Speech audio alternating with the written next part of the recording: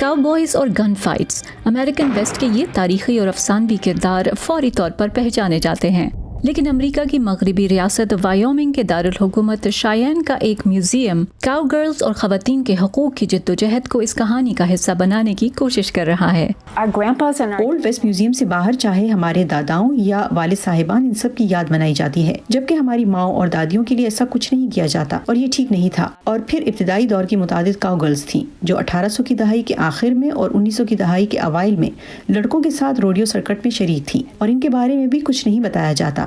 पैम और Jerry Cooper रज़ाकार हैं जिन्होंने बड़ी मेहनत से पुराने दस्तकारी के नमूने इकट्ठे किए हैं ताकि उन ख़वातीन की दास्तानें बयान की जा सकें जो अक्सर मुश्किल हालात में खेतों और घर बार को चलाती थीं। ये एक वॉशिंग मशीन है। जब हम इसे नौजवान लड़कियों, यहाँ तक कि 40 और 50 साल की उम्र की औरतों को भी दिखाते हैं तो मुझे बहुत अच्छा लगता है कि देखो, इसे आपकी परदादियों की दादियाँ कपड़ों की धुलाई के लिए इस्तेमाल करती थीं।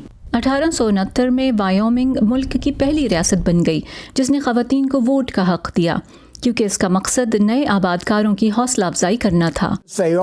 उन्होंने जमीन की मिल्कियत देना शुरू कर दी। जैसा कि आपको 160 एकड़ जमीन मिली और अगर आपने उस पर घर बना लिया और 5 साल तक उस जमीन से रोजी कमा कर गुजर बसर कर ली तो ये आपकी मिल्कियत हो गई। इसे होम स्टेडिंग कहते हैं। इन्हें इस बात की तवक्को नहीं थी कि बहुत सी औरतें भी वहाँ आएंगी जिन्होंने घर बसाए, और 5 साल के बाद कुछ औरतों ने कहा कि क्या ये कानून दुरुस्त है, क्या हम वाकई वोट दे सकेंगे, और इसका जवाब उन्हें मुस्बत मिला। द इक्वालिटी स्टेट यानी बराबरी देने वाली रियासत के नाम से मौसूम वायोमिंग वो रियासत भी है जहां अमेरिका में सबसे पहली खातून जज और पहली खातून गवर्नर बनी, और आज़ादी की शोहरत 20वीं सदी के अवाइल तक जारी थी जब ख़वातीन मर्दों के शाना बशाना बैलों की सवारी करती थीं। और अगर आप इसकी बड़ी तस्वीर देखें तो यहाँ हर तरफ कीचड़ है और वो यहाँ मौजूद हैं। उन्होंने इस बैल को इसके गर्दन के गिर्द बाजू से घेर कर पकड़ा हुआ है। वो हाथ हिला रही हैं। कैसे हो सकता है कि आप इन्हें अपना हीरो ना बनाएं? ये गैर मुनाफा बख्श म्यूजियम कोविड की वबा के दौरान बंद होने के करीब था, लेकिन इसे कम्युनिटी के अतियाफ से बचा लिया गया।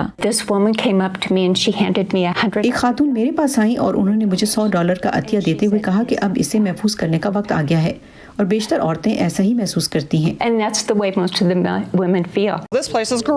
ये जगह बहुत अच्छी है। ये मालूमात, ये इल्म और मुख्तलिफ चीजें ऐसी हैं जिन्हें खोने के हम मुतहम्मिल नहीं हो सकते। ये वो तारीख है जिसे हम फरामोश नहीं कर सकते। ख़वातीन को वोट देने की इजाज़त क्यों दी गई और रियासत इतनी अहम क्यों थी? पैम और जेरी कूपर का कहना है कि तारीख महफूज करने के लिए ये एक आजिज़ाना तजर्बा है। कैथरीन जिप्सन के साथ फाइज़ा बुखारी, वॉइस ऑफ अमेरिका।